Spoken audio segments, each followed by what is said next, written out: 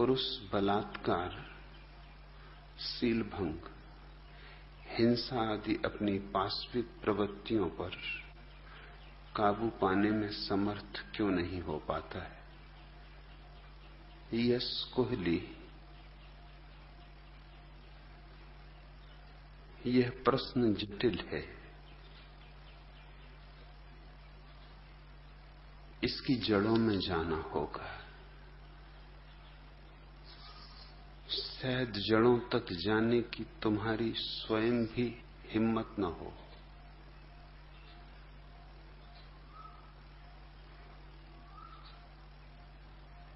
ऊपर ऊपर से देखने पर जो समस्या मालूम होती है वह समस्या नहीं है, केवल समस्या के बाह्य लक्षण। समस्या गहरे में और ऊपर से कितनी ही लिपापोती करो, समस्या बदलेगी नहीं। लक्षणों को बदलने से कोई समस्या कभी बदली नहीं, जड़ काटनी होती है। और जड़ के संबंध में हमारी मनोदशा बड़ी विरोधाभासी है। जड़ को तो हम पानी देते और पत्तियों को काटते। जड़ को पानी देंगे, पत्तियों को काटेंगे, तो परिणाम यही होगा कि पत्तियां और घनी हो जाएंगी।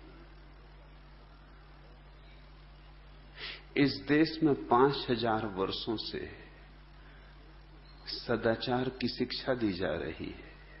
परिणाम क्या है? नैतिकता का इतना धुआंधार प्रचार किया गया है। परिणाम क्या है? लेकिन मूल में जाने की हमारी हिम्मत नहीं पड़ती। और जब भी कोई लक्षण प्रकट होता है, हम लक्षण को दबाने में लग जाते। जैसे किसी आदमी को बुखार चढ़ा, अब बुखार का लक्षण तो है कि उसका शरीर गर्म हो जाएगा, लेकिन ये केवल लक्षण है, बीमारी नहीं। और ये लक्षण दुश्मन नहीं है, ये लक्षण तुम्हारा मित्र है। अगर शरीर गर्म न हो तो तुम्हें पता ही न चलेगा कि भीतर बीमारी है। भीतर की बीमारी की खबर तुम्हें मिल सके, इसलिए ये शरीर का आयोजन है कि वो शरीर को उत्तप्त कर दे ताकि तुम्हें पता चल जाए, तुम कुछ कर सको।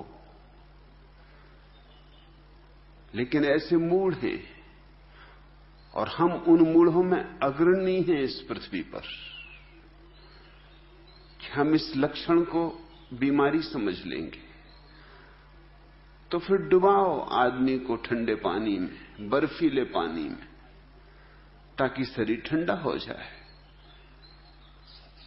शरीर तो ठंडा हो जाएगा, आदमी भी ठंडा हो जाएगा।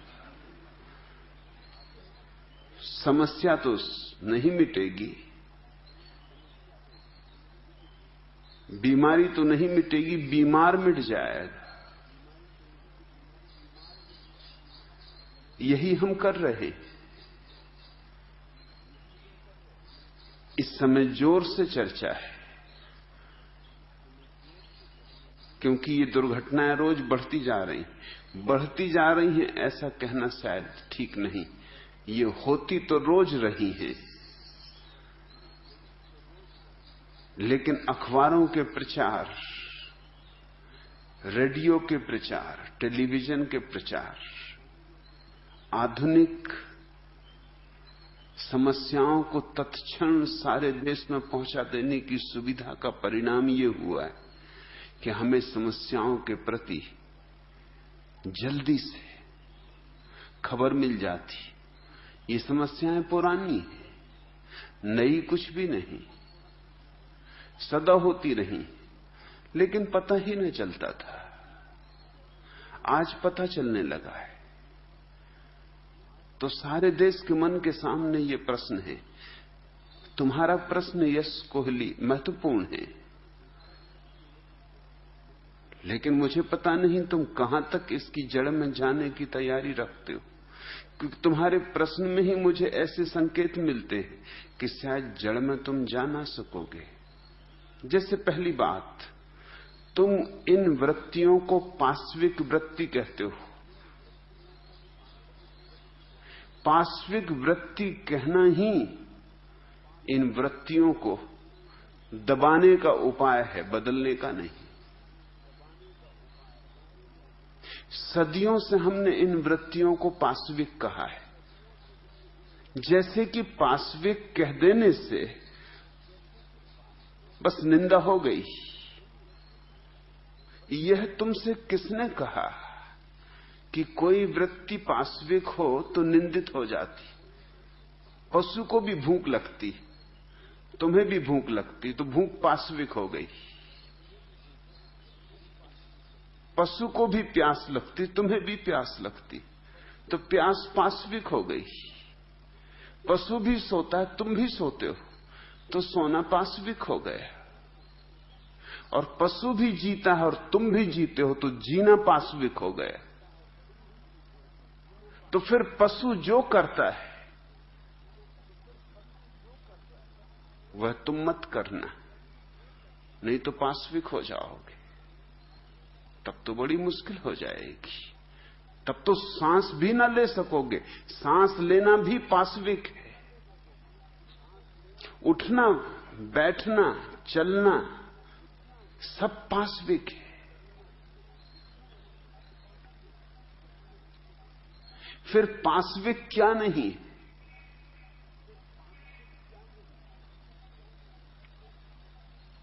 तुम्हारा सारा जीवन ही निंदित हो जाएगा, और तुम्हारा सारा जीवन निंदित किया गया है। निंदा का एक परिणाम होता है कि आदमी दोहरा हो जाता है। उसके जीवन में दो द्वार हो जाते, वो पाखंडी हो जाता है। बाहर के द्वार पर बंधनवार सजा लेता है, सुंदर फूलों की मालाएं लटका देता है, रंग बिरंगे बंधनवार सुगंधित फूल सुस्वागतम लिख देता है। ये द्वार असली नहीं है, इससे वो जीता नहीं। इस पर तो वो मेहमानों का स्वागत करता है। असली द्वार उसका पीछे से है, जहां से वो जीता है। लेकिन वो है पाश्विक, उसको प्रकट कर सकता नहीं। उसको प्रकट करना निंदित होना है। तो हम अपने बैठक खानों को सजा लेते और सारा घर गंदा है। इस देश में किसी के भी बैठक खाने को देख के उसके घर के संबंध में अंदाज मत लगा लेना।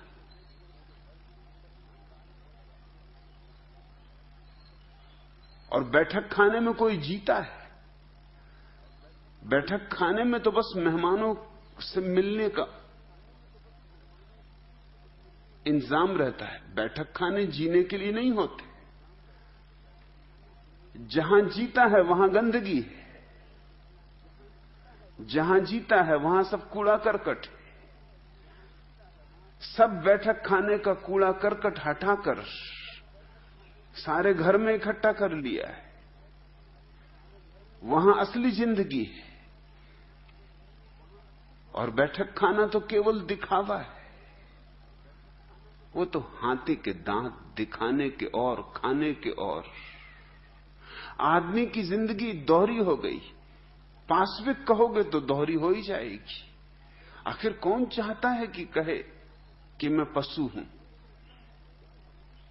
मगर आदमी भी पशुओं की ही प्रक्रिया का एक अंग है। श्रेष्ठतम पशु है, मगर है तो पशु ही। परमात्मा हो सके ऐसी संभावना वाला पशु है, लेकिन है तो पशु ही। इसलिए मुझे पाश्विक शब्द में कोई निंदा नहीं मालूम होती। और पशु शब्द बड़ा महत्वपूर्ण भी है। पशु शब्द का अर्थ होता है जो बंधन में पड़ा हो, पास में पड़ा हो, वह पशु। तो सिवाय बुद्धों को छोड़ के सभी पशु हैं। सिर्फ जागृत पुरुषों को छोड़ के सभी पशु हैं। धन का बंधन है, पद का बंधन है, मोह के बंधन है, लोभ के बंधन है, क्रोध के बंधन है, ये सब बंधन है।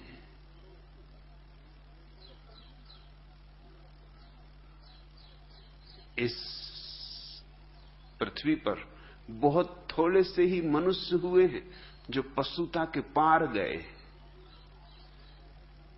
जिन्होंने परमात्मा को जाना है, बस वे ही केवल पशुता के पार गए।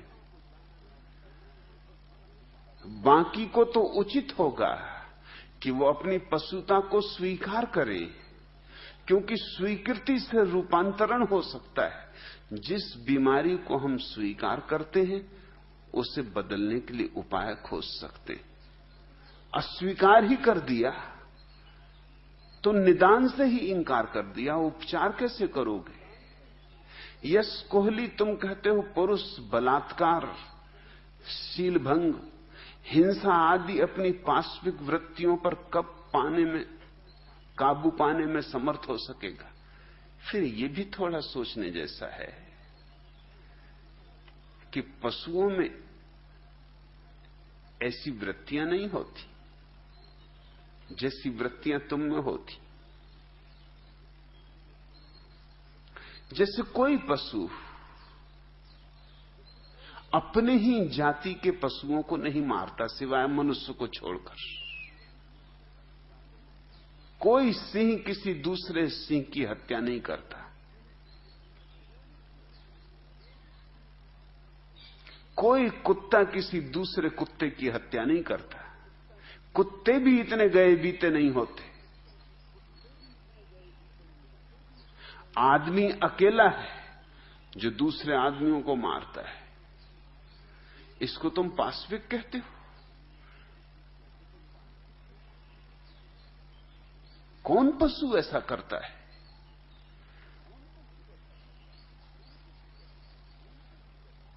तुम्हें पशुओं का सम्मान सीखना चाहिए। पशु तो ऐसा नहीं करते।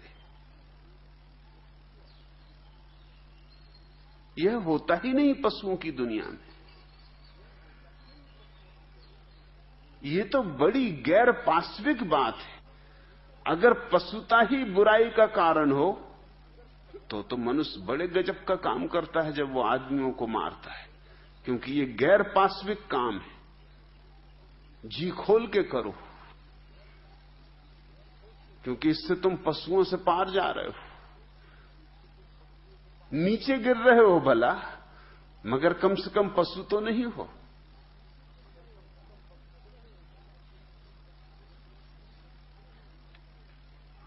पशु कुछ काम करते ही नहीं जो आदमी ही करता है। जैसे कोई पशु आत्महत्या नहीं करता। तुमने सुना कि किसी कुत्ते ने आत्महत्या कर ली, कि किसी कबूतर ने आत्महत्या कर ली, कि गुटरगू करते थक गए, ऊब गए और लगा ली फांसी। आत्महत्या तो आदमी ही करता है। ये काम तो बड़ा गजब का है। ये तो तुम्हें एकदम पशुओं के पार ले जाता है। कोई पशु बलात्कार नहीं करता।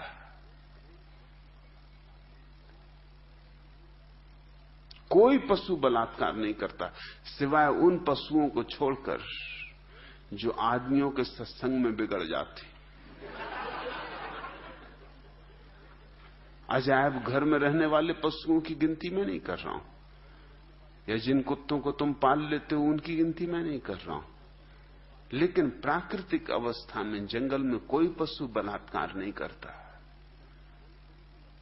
तुमने देखा होगा पशुओं को, पुरुष स्त्री के पास जाता है, जब तक स्त्री की यौन ग्रंथि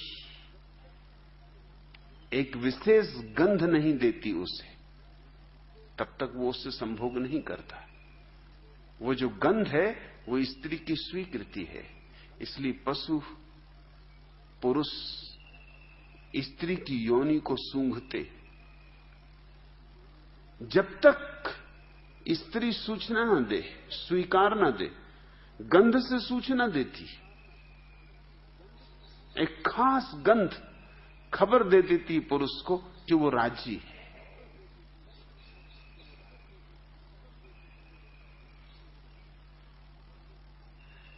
लेकिन हमने तो बहुत तरह की गंधें ईजाद कर ली।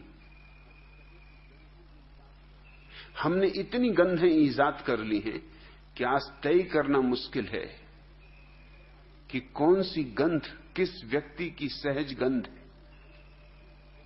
पुरुषों की स्त्रियां भी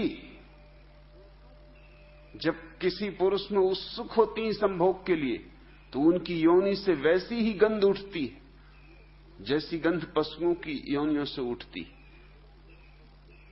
लेकिन असंभव है उसे पहचानना। साबुने हैं, डिओडोरेंट हैं, परफ्यूम हैं, ये सब छिपाने के उपाय हैं। ये छिपाने के उपाय हैं ताकि पता न चल सके कि स्त्री हां भर रही। ये हमारी जालसाजियां हैं। ये जालसाजियां हमें करनी पड़ी क्योंकि ये हो सकता है कि तुम्हारे घर एक मेहमान आए और तुम्हारी पत्नी की योनि से गंध उठने लगे उस मेहमान के लिए, फिर तुम क्या करोगे?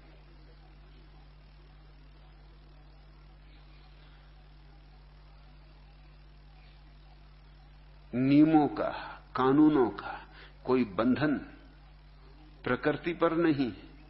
हो सकता है वो आतुर हो जाए, कामातुर हो जाए उस मेहमान के प्रति, तो तत्क्षण उसका शरीर गंध देगा, लेकिन वो गंध तुम्हारी सारी सामाजिक व्यवस्था को तोड़ देगा।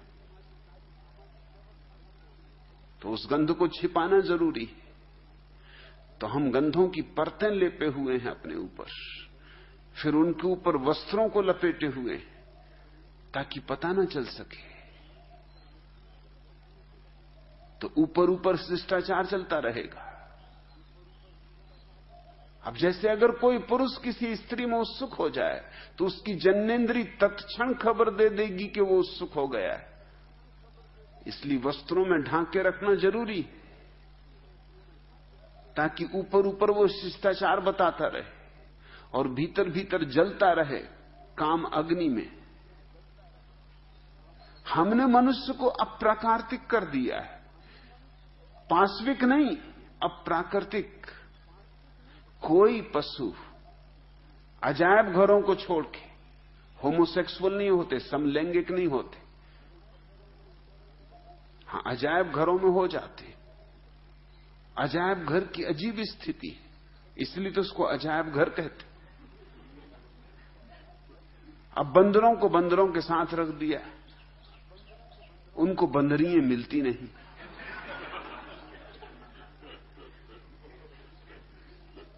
तो बंदर बंदरों पर हमला करने लगते। मजबूरी है, कोई उपाय नहीं। उनकी नैसर्गिक वृत्ति को कोई तृप्ति नहीं मिल रही, तो तृप्ति पाने के लिए कोई भी उपाय करेंगे। जो हम मनुष्यों के साथ करते हैं वही हम पशुओं के साथ करने लगे। लड़कों को हॉस्टल में रख दिया, लड़कियों से अलग कर दिया। 14 साल की लड़की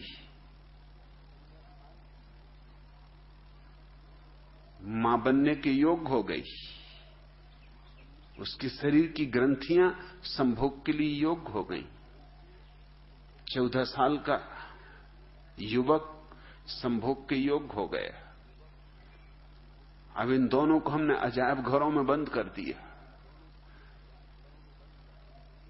लड़का रहेगा लड़कों के हॉस्टल में, लड़की रहेगी लड़कियों के हॉस्टल में, और बड़े सख्त पहरे हमने बिठा दिए कि लड़कियों के हॉस्टल में कोई लड़का प्रवेश नहीं कर सकता। करे भी प्रवेश तो रविवार के दिन में 10 से 12 बजे तक, और वो भी अध्यापिकाएं मौजूद रहेंगी, उनकी मौजूदगी में कुछ बातचीत करनी हो तो कर लो, और सबूत देना पड़ेगा कि भाई हूं, पिता हूं, रिश्तेदार हूं। अब इसके दुष्परिणाम होंगे। इसके दुष्परिणाम ये होंगे कि लड़के लड़कों के साथ ही लैंगिक व्यवहार शुरू कर देंगे। कौन जिम्मेवार है इसके लिए? तुम जिम्मेवार हो। लड़कों का क्या कसूर? लड़की क्या करे? काम वासना सजग हुई है। वैज्ञानिक कहते हैं कि 18 साल की उम्र में काम वासना अपने शिखर पर होती है, और 18 साल की उम्र में लड़का हॉस्टल में होता है, जहां स्त्रियों से मिलने का कोई उपाय नहीं। शादी होगी उसकी 25 साल में, 27 साल में, 28 साल में, तब तक काम वासना उतार पे आने लगी। 18 साल में अपने शिखर पर थी, तब तो वो जला भुना, तब तो उसने न मालूम क्या क्या किया। हस्तमैथुन करेगा। कोई पशु हस्तमैथुन नहीं करता, कोई जरूरत नहीं। ये कोई पाशविक काम नहीं है, ये बड़ा महान मानवीय कार्य है हस्तमैथुन। ये कोई पशु नहीं करता। अगर तुम्हें पशुओं से ही तौल करनी है तो इस तरह के कामों का खूब प्रचार करो, महात्माओं को कहो फैलाओ हस्तमैथुन लोगों में, क्योंकि ये काम तो सिर्फ आदमी ही करता है। धन्य है मनुष्य, बड़े आविष्कारक हैं। लेकिन तुम मजबूर कर रहे हो। 18 साल में जब काम वासना प्रगाढ़तम है, जबकि युवक एक रात में कम से कम 4 से 7 बार तक संभोग करने में योग्य है, तब तुम उसे जला रहे हो। अब ये युवक अगर किसी स्त्री को रास्ते पर धक्का दे दे, किसी की साड़ी ही खींच दे, कंकड़ ही मार दे, तो इसको तुम पाशविक व्यवहार कहोगे? मैं कहता हूं ये तुम्हारा समाज मूड है जिसका ये परिणाम है। और फिर जब ये जलती हुई आग, और वासना आग है, और इस आग को रूपांतरित करने के लिए तुमने युवकों को क्या दिया है? तुमने कोई कला दी उन्हें? तुमने कोई ध्यान दिया उन्हें? तुमने कुछ योग दिया उन्हें कि वो इस अपनी कामाग्नि को परिवर्तित कर लें, रूपांतरित कर लें? वो तो कुछ नहीं दिया। हां, तख्तियां लटका दी हैं कि ब्रह्मचर्य ही श्रेष्ठ जीवन। तख्तियों से कुछ होता है? महात्मा गण आते हैं, वो कहते हैं ब्रह्मचर्य ही श्रेष्ठ जीवन। समझा रहे हैं महात्मा गण की ब्रह्मचर्य ही श्रेष्ठ जीवन। और महात्मा गणों के जीवन में भी कोई ब्रह्मचर्य नहीं। सबको उनका जीवन भी पता है। तुम्हारे ऋषि मुनियों के जीवन में कोई ब्रह्मचर्य नहीं था।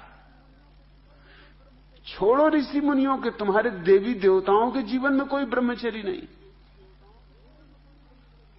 और इन्हीं देवी देवताओं की पूजा चलती। इनको तुम पाशविक नहीं कहते, यस, और आदमी को पाशविक कहते हो। तुम्हारे पुराण उठा के देखो, तुम्हारे धर्मशास्त्र जला डालने योग्य जिनकी तुम पूजा करते हो। अगर तुम्हें जड़ बदलनी है तो वहां जाना होगा। तुम्हारे सब देवी देवता भ्रष्ट।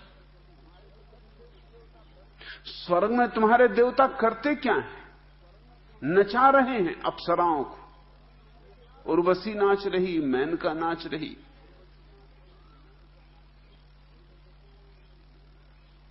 और इतने से भी उनका मन नहीं भरता, तो ऋषि मुनियों की पत्नियों को सताने आ जाती।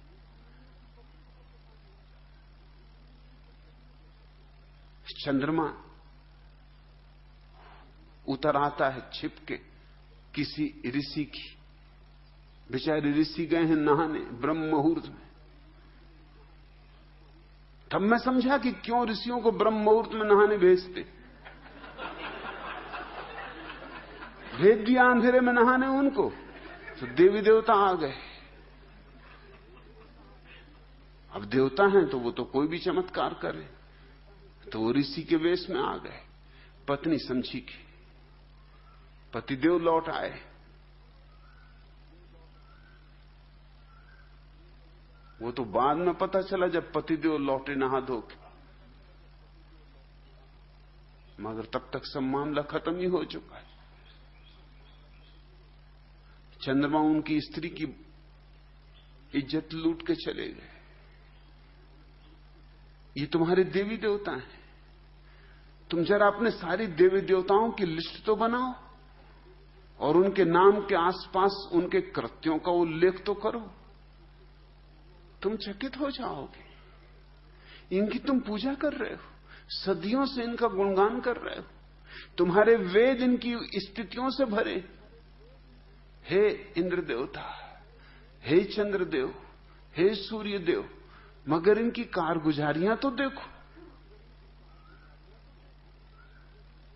और अगर साधारण आदमी यही काम करे कि ऋषि मुनि गए ब्रह्म मुहूर्त में स्नान करने को और वो उनकी स्त्रियों से मिलने पहुंच जाए, तो ये पाश्विक व्यवहार कर रहा है और तुम्हारे देवता दिव्य व्यवहार कर रहे थे।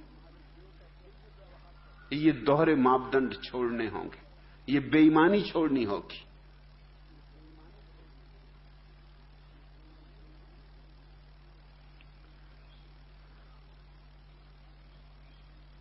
पशुओं में न तो हस्त मैथुन है न बलात्कार है। हां, लेकिन दोनों बातें घटती हैं पशुओं में भी अजायब घर में। अजायब घर के जो लोग निरीक्षक हैं वो लोग चकित हुए कि क्या बात है, जंगल में ये बातें नहीं होती, अजायब घर में क्यों होती। बात सीधी साफ है, इसके लिए कोई बहुत बड़े शोधकारी करने की जरूरत नहीं है। छोटी मोटी बुद्धि का आदमी भी समझ ले कि बात सीधी साफ है। तुमने यहां वही काम कर दिया जो तुमने आदमियों के साथ किया। तुमने बांट दिए, यहां बंदरों को एक कटघरे में कर दिया, बंदरियों को दूसरे कटघरों में कर दिया, उपद्रव शुरू हो जाएगा, अड़चनें शुरू हो जाएंगी।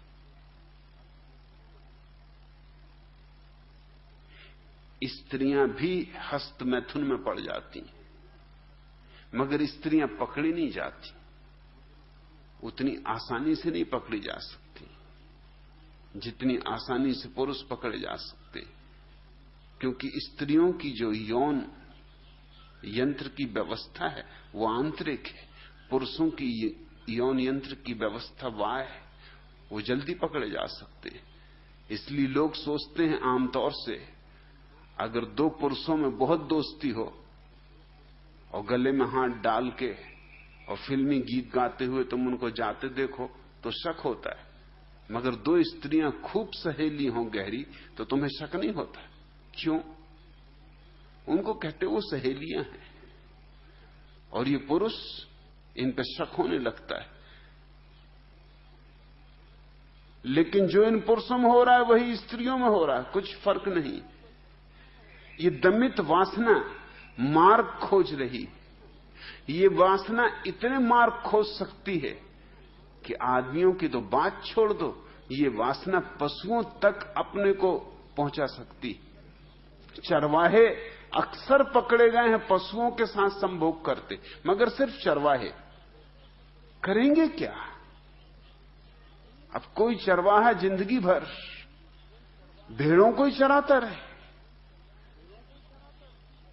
उसके जीवन में भी वासना जगती, और भेड़ों के अतिरिक्त और कोई उपलब्ध नहीं। मैंने सुना है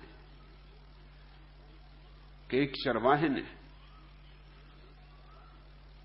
निग्रो था चरवाहा, अपने अंग्रेज मालिक से कहा, मालिक मेरे घर बेटा हुआ है, मगर बड़ी हैरानी की बात है, मैं भी काला, मेरी पत्नी भी काली, और बेटा बिल्कुल गोरा हुआ है। मुझे बड़ा शक होता है। उसी शक अपने मालिक पे था,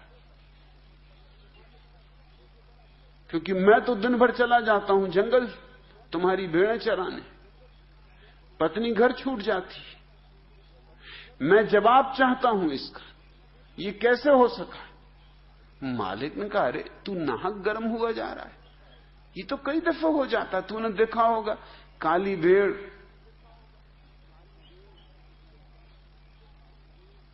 और काली ही मादा, काला ही नर, और कभी कभी उनका सफेद बच्चा पैदा हो जाता है, ये कोई खास बात नहीं। अपने पास ही देख, सब भेड़ें सफेद, लेकिन कभी कभी काला बच्चा पैदा हो जाता है। ऐसी ही ये बात है, प्राकृतिक घटना, इसमें तो इतना परेशान ना हो। निग्रो ने कुछ सोचा, उसने कहा कि ठीक है, तो फिर मैं एक बात आपसे कह दूं कि मैं आपके संबंध में चुप्पी रखूंगा,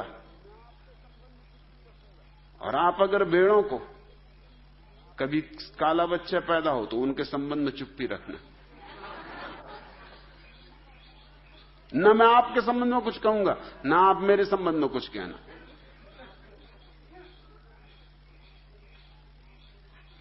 आदमी पशुओं के साथ संभोग करता हुआ भी पाया जाता है।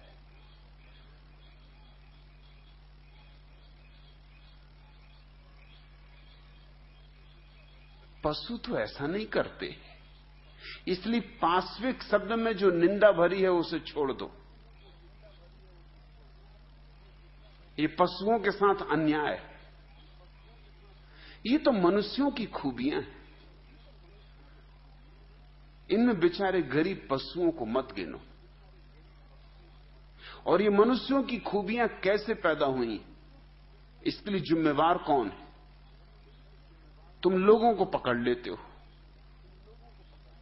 मैं विश्वविद्यालय में अध्यापक था, एक दिन बैठा था प्रिंसिपल के कमरे में, एक लड़की को लाया गया, रो रही थी। उसने प्रिंसिपल को कहा कि एक लड़का मुझे बहुत परेशान करता है, जहां भी जाती हूं धक्का मुक्की करता है,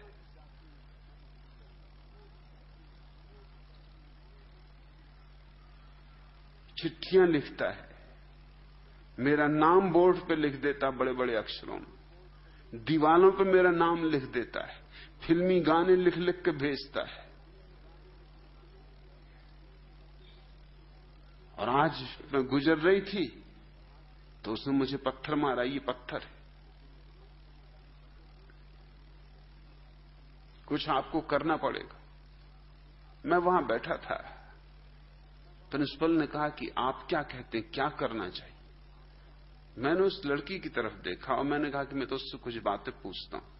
पहली तो बात यह कि अगर कोई लड़का तुझे धक्का ना मारे और कोई लड़का तेरी साड़ी ना खींचे और कोई लड़का कंकड़ ना मारे, कोई लड़का तेरी तरफ देखे ही नहीं, तू है भी या नहीं इसका भी कोई लड़का विचार न करे, उस अवस्था को तू चुनेगी या ये अवस्था जो चल रही इसको तू चुनेगी? उसने मेरी तरफ गौर से देखा, उसके आंसू सूख गए। उसने कहा मैंने इस तरह कभी सोचा नहीं। एमए की विद्यार्थिनी थी, समझदार लड़की थी। उसने कहा मैंने इस तरह कभी सोचा नहीं। मैंने कहा तो फिर तो सोच के आ, क्योंकि मुझे उन लड़कियों का भी पता है जिनको कोई धक्के नहीं मारता, उनके प्राणों में एक ही आकांक्षा है कि कोई धक्का मारे। मैं उन लड़कियों को भी जानता हूं जिनको कोई कंकड़ नहीं मारता, कोई कंकड़ मारते ही नहीं, भूल से भी नहीं मारता। मैं उन लड़कियों को जानता हूं जिनको हर एक लड़का अपनी बहन मानता है, और उनका दुख भी मैं जानता हूं।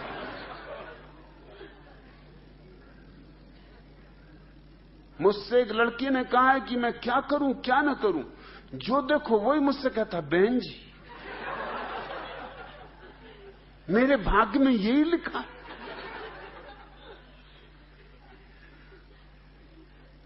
कभी कोई मुझे प्रेम करेगा या नहीं करेगा? उसकी शक्ल ही ऐसी थी कि उसको देख के कोई भी बहन जी कहे। उसका पति भी होगा तो उसको बहन जी ही कहेगा।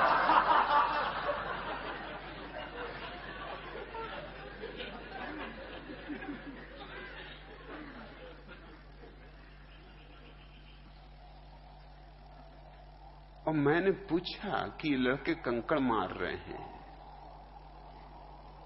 फिल्मी कविताएं लिखते हैं, दीवार पे तेरा नाम लिखते हैं, इससे तू सच बोल, ईमान से बोल, कसम खा के बोल, तेरे भीतर कुछ प्रसन्नता होती या नहीं होती? उसने कहा, आप भी किस तरह की बातें पूछते? मैं रोती हुई आई हूं। मैंने कहा, मैं तेरा रोना देख रहा हूं, वो ऊपर ऊपर, मैं तेरे भीतर तक देख रहा हूं। तेरे रोने के भीतर एक तरह की गरिमा है, एक तरह का गौरव है, वो भी मैं तेरे आंसुओं में भीतर छिपा देखता हूं। मैंने कहा, ये प्रिंसिपल की समझ में नहीं आएगा।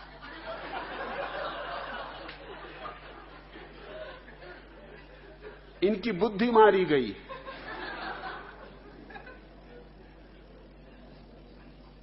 ये पिटी पिटाई लकीरों के मालिक,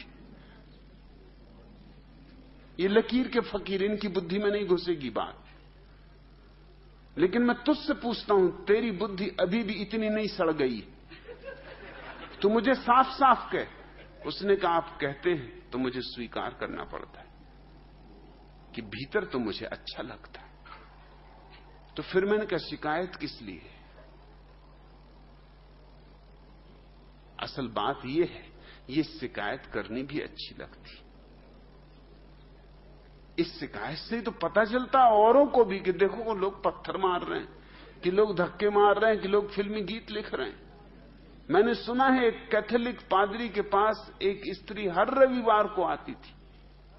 कैथोलिक धर्म में तो कन्फेशन होता है, तो कोई पाप किए हो तो हर रविवार को जाके पुरोहित के सामने उनको स्वीकार कर लेने से क्षमा हो जाती। वो कैथोलिक पादरी घबरा गया था इस औरत से। न तो देखने दिखाने में ठीक थी, सुंदर स्त्रियां हो तो कैथोलिक पादरी को भी उनका पाप सुनने में आनंद आता है, रस ले लेके सुनता है, विस्तार में पूछता है कि फिर क्या हुआ, फिर और क्या हुआ, फिर और आगे बताओ।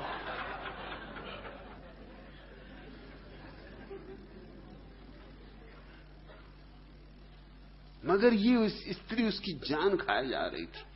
देखने में भी बदशक्ल थी, भयानक थी, और हर रविवार बेचूक मौजूद हो जाती थी। एकदम मन खट्टा हो जाता था। रविवार की पुरोहित बेचारा प्रतीक्षा करता था।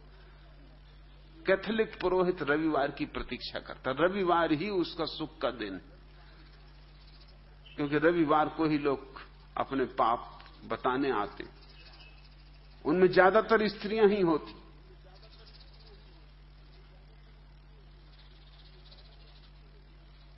जब बहुत घबरा गया ऐसी स्त्री से, तो एक दिन उसने कहा कि भाई,